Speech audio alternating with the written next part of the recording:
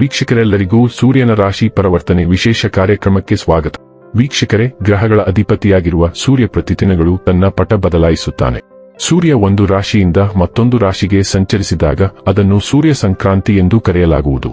ವರ್ಷ 2026 ಮೇ ತಿಂಗಳಿನ 15ನೇ ತಾರೀಕಿನ ಬೆಳಿಗ್ಗೆ 6 ಗಂಟೆಗೆ ಸೂರ್ಯನು ಮೇಷ ರಾಶಿಯಿಂದ ವೃಷಭ ರಾಶಿಗೆ ಪ್ರವೇಶಿಸಲಿದ್ದು, ವರ್ಷ 2026 ಜೂನ್ ತಿಂಗಳಿನ 15ನೇ ತಾರೀಕಿನವರೆಗೆ ವೃಷಭ ರಾಶಿಯಲ್ಲಿ ಇರಲಿದೆ. ಜ್ಯೋತಿಷ್ಯದಲ್ಲಿ ಸೂರ್ಯನನ್ನು ಸಾಮಾನ್ಯವಾಗಿ ಉನ್ನತ ಅಧಿಕಾರ ಹೊಂದಿರುವ ಡೈನಾಮಿಕ್ ಗ್ರಹ ಎಂದು ಕರೆಯಲಾಗುತ್ತದೆ. ಈ ಗ್ರಹವು ಪರಿಣಾಮಕಾರಿ ಆಡಳಿತ ತತ್ವಗಳನ್ನು ಸೂಚಿಸುತ್ತದೆ ಮತ್ತು ಇದು ಬಿಸಿ ಗ್ರಹವಾಗಿದೆ ಮತ್ತು ಎಲ್ಲಾ ಭವ್ಯವಾದ ಗುಣಗಳನ್ನು ಸೂಚಿಸುತ್ತದೆ. ಸೂರ್ಯನ ಆಶೀರ್ವಾದವಿಲ್ಲದೆ ವೃತ್ತಿಜೀವನಕ್ಕೆ ಸಂಬಂಧಿಸಿದಂತೆ ಜೀವನದಲ್ಲಿ ಉನ್ನತ ಸ್ಥಾನಗಳನ್ನು ಹೊಂದಲು ಸಾಧ್ಯವಿಲ್ಲ. ಬಲವಾದ ಸೂರ್ಯನು ಜೀವನದಲ್ಲಿ ಎಲ್ಲಾ ಅಗತ್ಯ ತೃಪ್ತಿ, ಉತ್ತಮ ಆರೋಗ್ಯ ಮತ್ತು ಬಲವಾದ ಮನಸ್ಸನ್ನು ಒದಗಿಸಬಹುದು. ಸೂರ್ಯನನ್ನು ಚೆನ್ನಾಗಿ ಇರಿಸಿದರೆ ಸೂರ್ಯನು ಒಬ್ಬ ವ್ಯಕ್ತಿಯನ್ನು ದುರ್ಬಲ ಸ್ಥಾನದಿಂದ ಬಲವಾದ ಸ್ಥಾನಕ್ಕೆ ಒಯ್ಯಬಹುದು. ಸೂರ್ಯನ ಸಂಚಾರವು ರಾಶಿಚಕ್ರದ ಎಲ್ಲಾ 12 ರಾಶಿಚಕ್ರದ ಚಿಹ್ನೆಗಳ ಮೇಲೆ ವಿಭಿನ್ನ ಪರಿಣಾಮವನ್ನು ಬೀರುತ್ತದೆ. ತಂದೆ ಗ್ರಹ ಸೂರ್ಯನನ್ನು ಎಲ್ಲಾ 9 ಗ್ರಹಗಳ ರಾಜ ಎಂದು ಕರೆಯಲಾಗುತ್ತದೆ. ನಮ್ಮ ಗ್ರಹ ಭೂಮಿಯು ಸೂರ್ಯನ ಸುತ್ತ ಸುತ್ತುತ್ತದೆ ಎಂದು ನಮಗೆಲ್ಲರಿಗೂ ತಿಳಿದಿದೆ ಮತ್ತು ಸೂರ್ಯನು ನಮ್ಮೆಲ್ಲರ ಜೀವನಕ್ಕೆ ಕ್ರಾಂತಿ ಮತ್ತು ಶಕ್ತಿಯನ್ನು ಒದಗಿಸುತ್ತದೆ. ಈ ಪ್ರಮುಖ ಜೀವಶಕ್ತಿಯು ನಮ್ಮ ದೇಹದಲ್ಲಿ ಚಲಿಸುತ್ತದೆ ಮತ್ತು ನಮ್ಮ ಜೀವನವು ಈ ಶಕ್ತಿಯೊಂದಿಗೆ ನಡೆಯುತ್ತದೆ. ಈ ಕಾರಣದಿಂದಾಗಿ ನಮ್ಮ ಜೀವನವು ಮುಂದುವರಿಯುತ್ತದೆ ಮತ್ತು ಸೂರ್ಯನನ್ನು ಈ ಇಡೀ ಜಗತ್ತನ್ನು ನೋಡಿಕೊಳ್ಳುವವನು ಎಂದು ಏಕೆ ಪರಿಗಣಿಸಲಾಗುತ್ತದೆ. ಹಾಗಾದರೆ ಬನ್ನಿ, ಇಲ್ಲಿ ಸೂರ್ಯದೇವನ ವೃಷಭ ರಾಶಿಯಲ್ಲಿ ಈ ಗೋಚರ ಇಲ್ಲಿ ಪ್ರತ್ಯೇಕವಾಗಿ ವೃಶ್ಚಿಕ ರಾಶಿಯ ಜಾತಕದ ಪಾಲಿಗೆ ಹೇಗೆ ಸಾಬೀತಾಗಲಿದೆ, ಯಾವೆಲ್ಲ ಫಲಗಳು ಇಲ್ಲಿ ನಿಮಗೆ ಲಭಿಸಲಿವೆ ಮತ್ತು ಯಾವ ವಿಷಯವಾಗಿ ಇಲ್ಲಿ ನೀವು ವಿಶೇಷ ಎಚ್ಚರಿಕೆ ಹೊಂದಿರಬೇಕು ಅನ್ನೋದನ್ನ ನೋಡೋಣ.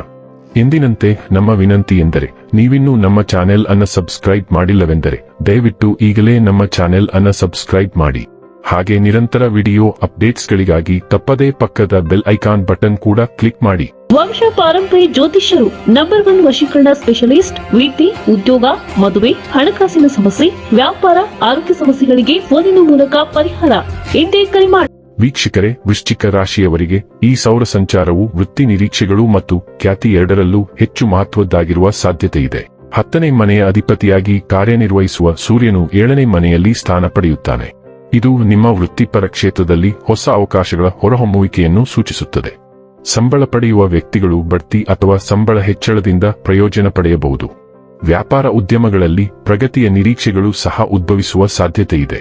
ನಿಮ್ಮ ಕಠಿಣ ಪರಿಶ್ರಮ ಮತ್ತು ಸಮರ್ಪಣೆಯ ಮೂಲಕ ಸಮಾಜದಲ್ಲಿ ನಿಮ್ಮ ಸ್ಥಾನಮಾನವು ಬಲಗೊಳ್ಳುತ್ತದೆ ಮತ್ತು ಜನರು ನಿಮ್ಮ ಕೆಲಸಕ್ಕೆ ಮೆಚ್ಚುಗೆ ವ್ಯಕ್ತಪಡಿಸುತ್ತಾರೆ.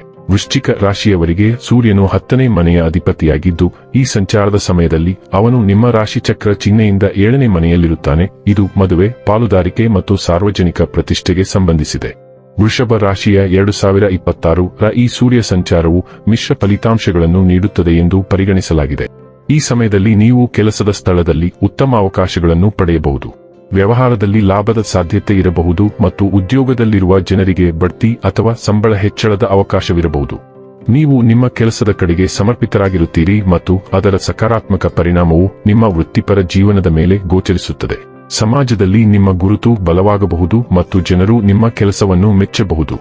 ಆದಾಗ್ಯೂ ವೈವಾಹಿಕ ಜೀವನದಲ್ಲಿ ಅಹಂಕಾರದ ಘರ್ಷಣೆಗಳು ಕಂಡುಬರಬಹುದು. ನಿಮ್ಮ ಸಂಗಾತಿಯ ನಡವಳಿಕೆಯು ಕೆಲವೊಮ್ಮೆ ಹಠಮಾರಿ ಅಥವಾ ಕಠಿಣವಾಗಿರಬಹುದು. ಇದು ಸಂಬಂಧದಲ್ಲಿ ಉದ್ವಿಗ್ನತೆಯನ್ನು ಉಂಟುಮಾಡಬಹುದು.